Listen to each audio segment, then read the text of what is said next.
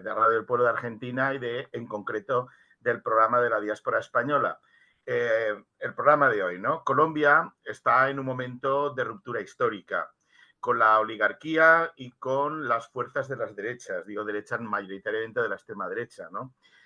Cuyo intento de parlamentario, golpe de Estado blando, golpe parlamentario, con el bloqueo sistemático no solo de las propias reformas planteadas en la campaña electoral que tuvieron el voto mayoritario de los y las colombianas, la reforma de la salud y ahora la reforma laboral que intenta reponer todo lo que en el 2002-2003 el señor Uribe, el narcotraficante colombiano erigido en presidente, pues intentó modificar, ¿no?, el campo laboral y llevan 20 años de pérdida de derechos, ¿no?, en todos los niveles, ¿no? Sino también en el derecho propio de la población a una consulta popular que en muchos países está consagrado y también en la misma Constitución colombiana. Y esto ha puesto a la soberanía popular y al resultado legítimo de las urnas frente al sabotaje de quienes no quieren ni la democracia, ni la paz, que en Colombia es mucho decir, ni tampoco una mínima justicia social. Ya vemos que estos mismos principios corresponden a la orientación de Milei, de Trump, de otros líderes de ultraderecha en Europa. Bien, en año y medio, o sea, en junio de 2026, y desde este periodo prácticamente ya entramos en precampaña, se van a producir diversos procesos electorales, entre ellos los más importantes, la elección al Congreso, es decir, el Senado y la Cámara de Representantes, y luego, ya casi para mayo-junio, las presidenciales. Colombia tiene un modelo presidencialista y dicha figura, que se ha visto claramente con la presidencia durante 8 años de Uribe, que marcó un antes y un después en las políticas de terror y en el neoliberalismo, y ahora también se ve en la figura de Petro. Esta figura tiene un enorme papel político, pero a pesar de tener todo el poder del gobierno, no significa tener en realidad en un país como Colombia el poder que emana del pueblo, porque este poder reside en las fuerzas económicas, en los paramilitares, en el narcotráfico, en la corrupción de la maquinaria estatal, etcétera, etcétera. Y todo no se puede hacer en 2 o 3 años que lleva el gobierno del cambio.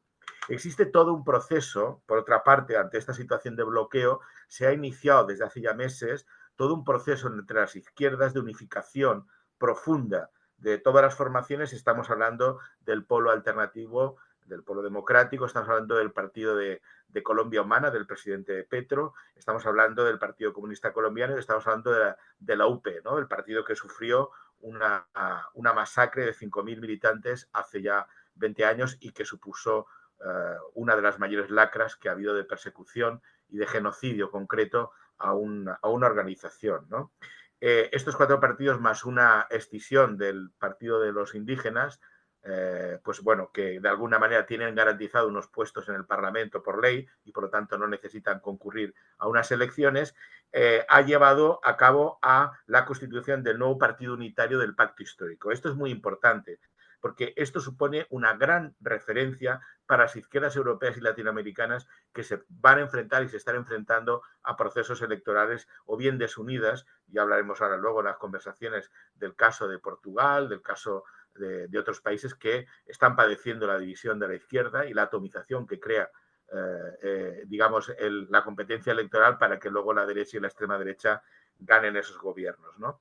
Petro, además, ha lanzado estas semanas, ante este golpe parlamentario contra la consulta, que además tuvo una votación fraudulenta en el propio Senado, que se vio en las cámaras todo el proceso de fraude, que fue escandaloso, y contra el cual se ha presentado ya una segunda petición de segundo debate y votación en el Senado para darle el visto bueno a este proceso de consulta popular, la propuesta de apertura de un proceso político de democracia ciudadana, de democracia por la base, que es lo que desde las organizaciones que venimos o que hemos estado luchando desde el movimiento del 15M en España hemos exigido, ¿no?, que exista y de alguna manera se recupere y se implante esa democracia ciudadana, ¿no?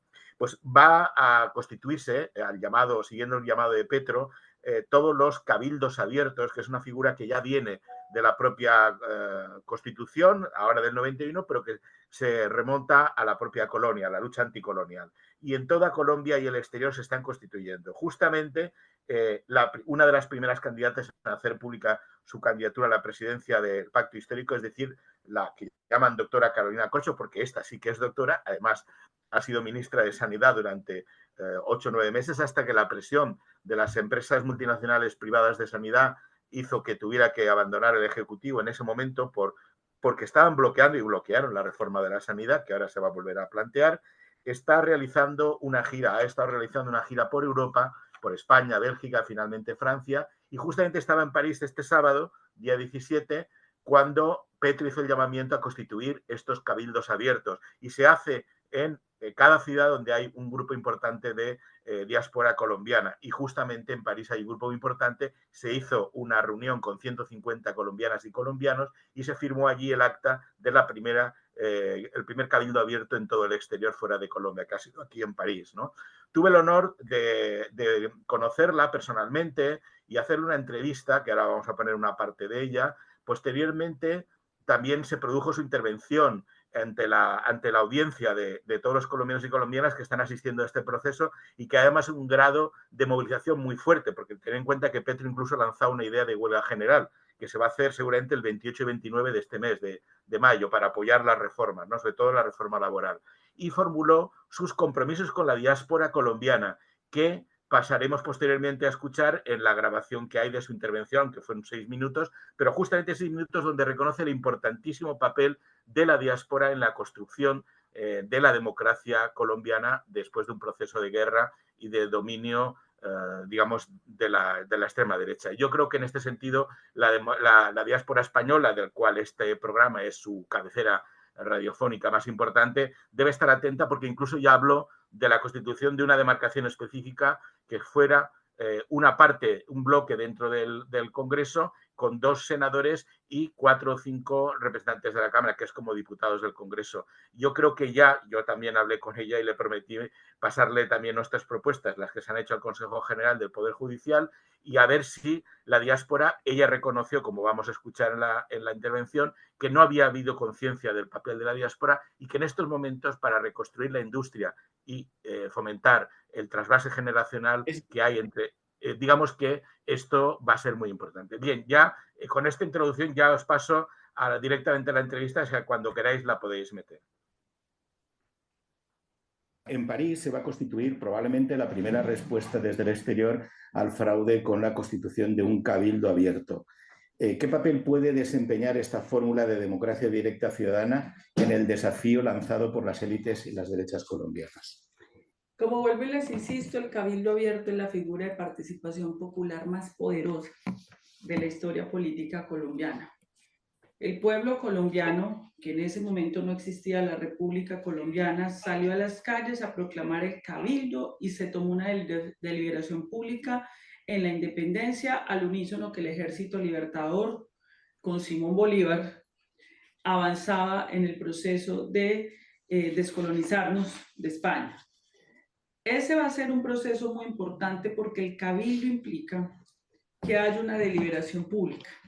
Y en el momento en que haya una deliberación en todos los municipios, pueblos y barrios de Colombia, se cualifica la política en Colombia. Es un salto cualitativo que ya da a la ciudadanía en la comprensión de sus derechos fundamentales. Eso está pasando ahorita en Colombia.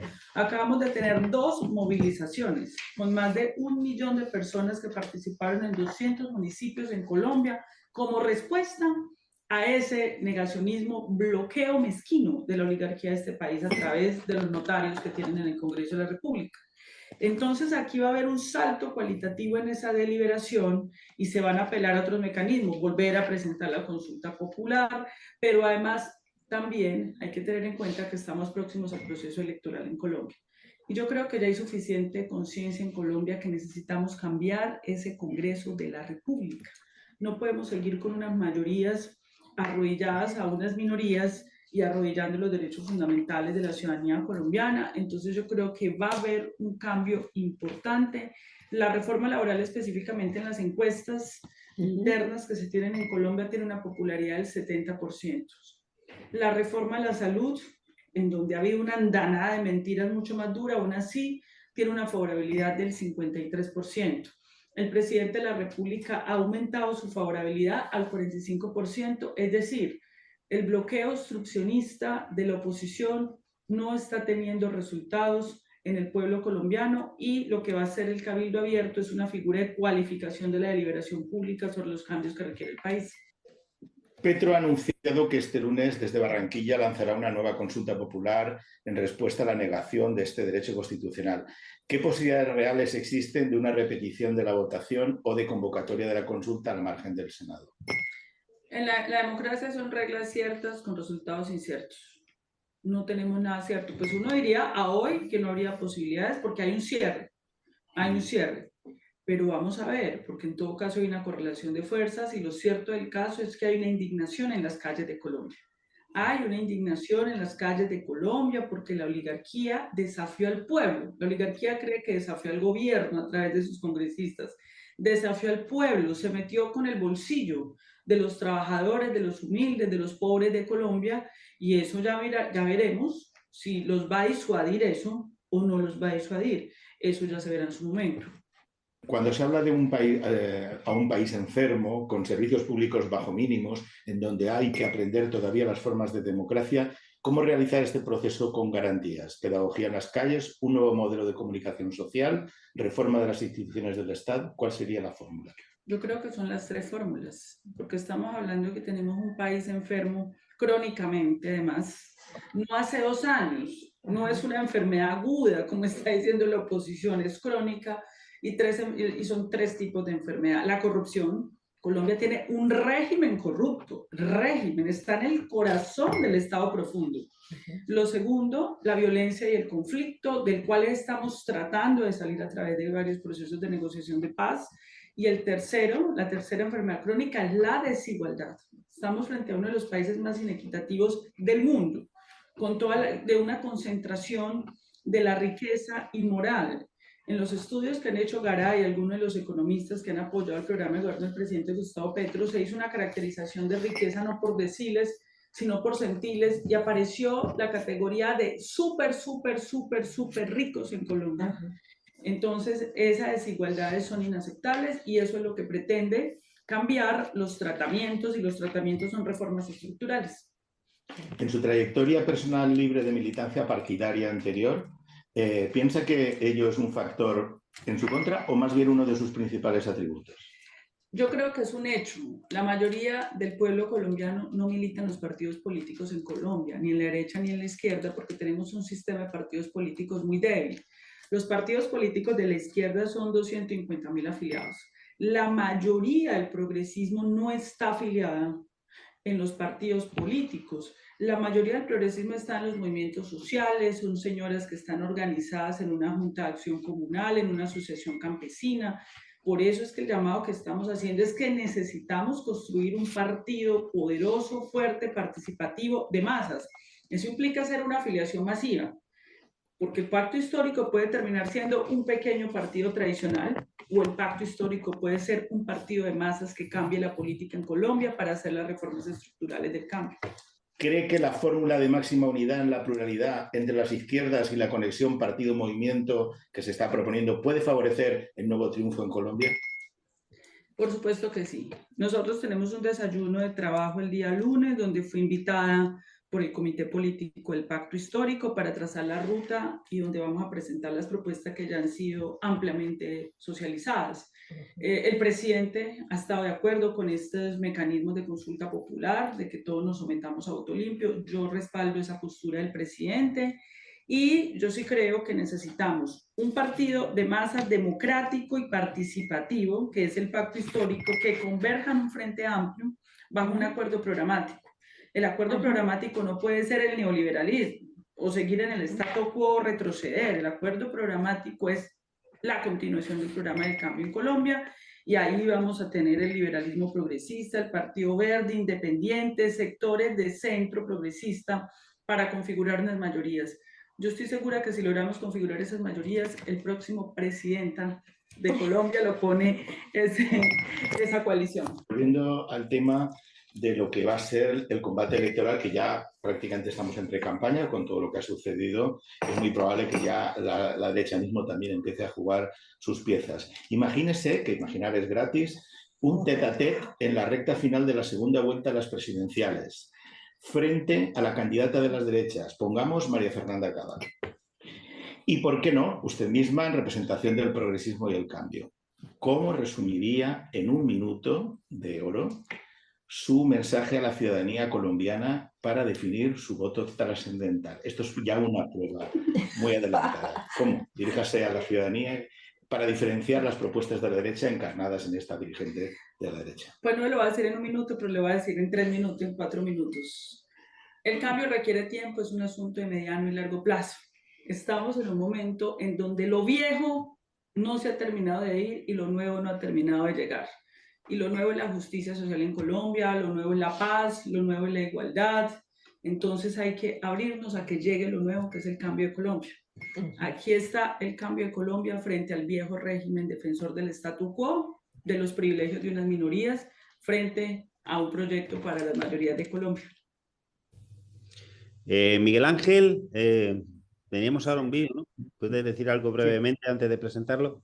Nada, si da tiempo a poner el vídeo, son 6 minutos. Sí, claro. Justamente es la presentación un poco de la parte del programa de lo que ella defiende respecto al papel importantísimo de las nuevas generaciones de la diáspora en relación con el proceso de construcción y de democracia y paz en Colombia. Me parece muy interesante y su apuesta personal, además, en su línea de lo que va a defender del papel de estos 8 o 10 millones, sin un censo claro, que tienen Colombia fuera del país, que hace que sea, en vez de 50 millones, 60 millones. En España pasa lo mismo, tampoco hay conciencia de los 3,5 millones realmente que estamos en el exterior y políticamente no somos significativos, no cuentan las instituciones con nosotros y nos vemos abocados a continuamente estar reclamando cuestiones, ¿no? Pues allí en Colombia este proceso de cambio con un partido de masas que parece ser que va a ser el modelo del partido unitario del pacto histórico, pues vamos a ver si consigue que esa diáspora tenga por fin un papel muy importante en América Latina y como modelo para España.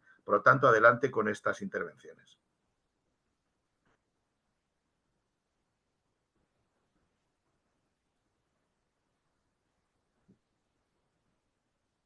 El presidente de la República en este momento está abriendo Colombia al mundo, dada la dominación histórica que ha tenido los Estados Unidos sobre América Latina y Colombia, donde Colombia históricamente ha sido la punta de lanza de una visión imperialista de dominio hegemónico de los Estados Unidos, donde no existe la soberanía colombiana, donde nuestro pueblo no ha sido defendido y no ha sido, digamos, reconocido con dignidad en esta soberanía.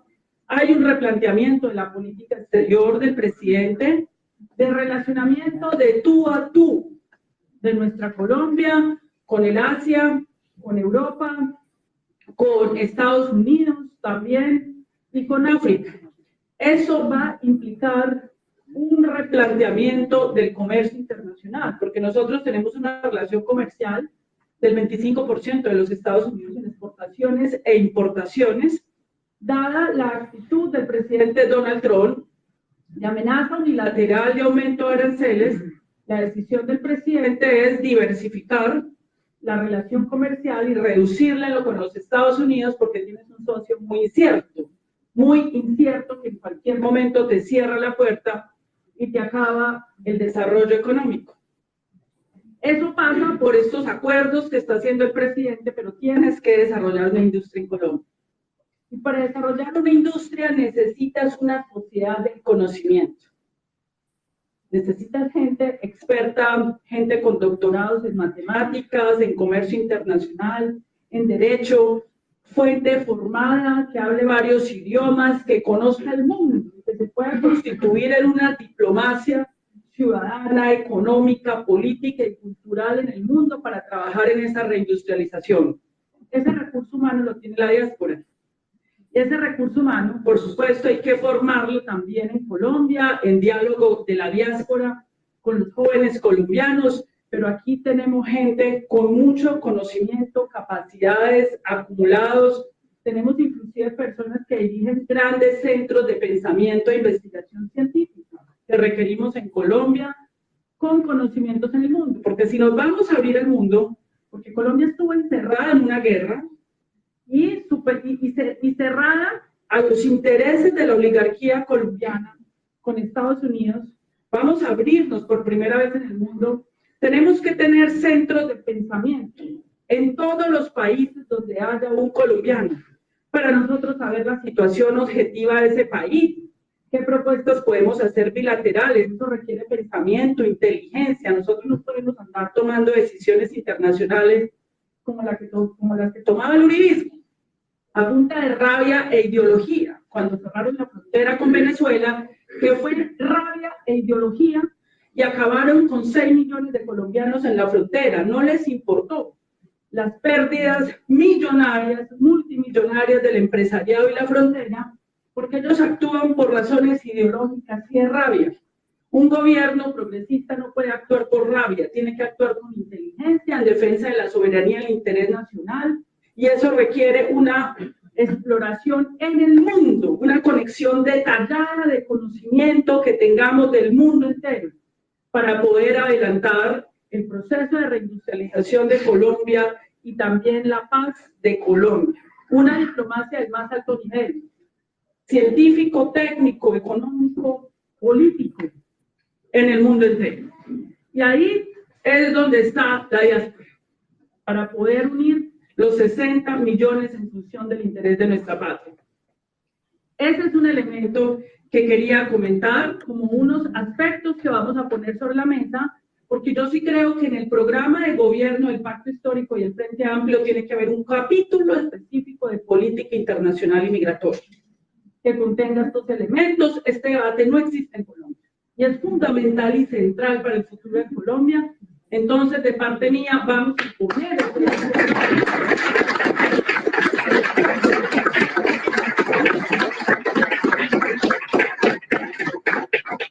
necesitamos volver a relacionar la segunda generación y la tercera generación de la diáspora, que está desconectada de su país, para que se relacionen con los jóvenes humildes, populares de Colombia, que puedan tener un intercambio de saberes colaborativos, solidario, no esa lógica de la competencia individual, yo puedo más.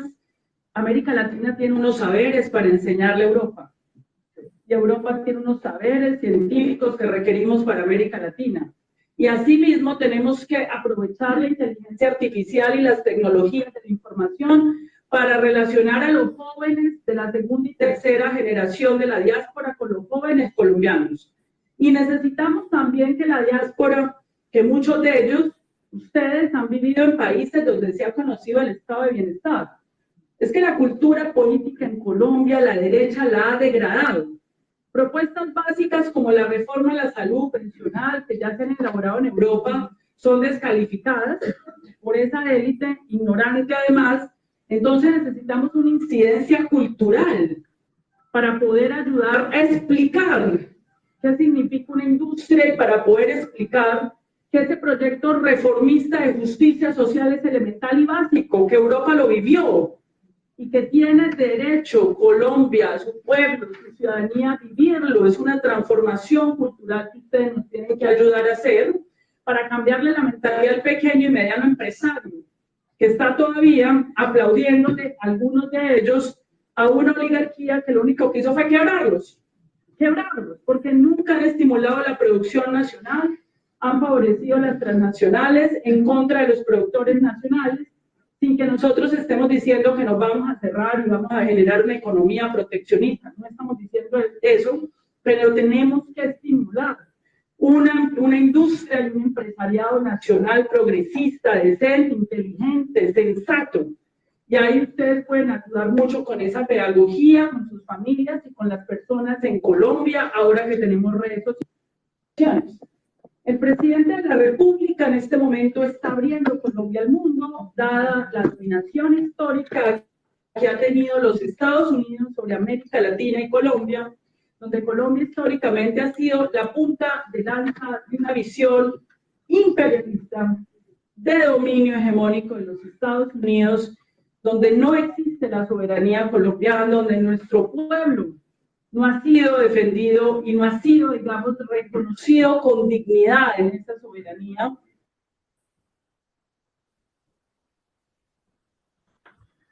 Bien, esta es una parte de la intervención, pero vamos, la que más tiene que ver con la situación de los ciudadanos en el exterior, de la diáspora colombiana, creo que hay muchos puntos de reflexión que, aunque Colombia tiene un contexto histórico y también geográfico bastante diferente de España, pero la oleada del fascismo y el bloqueo de las élites están poniendo en peligro igualmente los sistemas democráticos de España o de Colombia. Por lo tanto, creo que nos puede servir bien para poder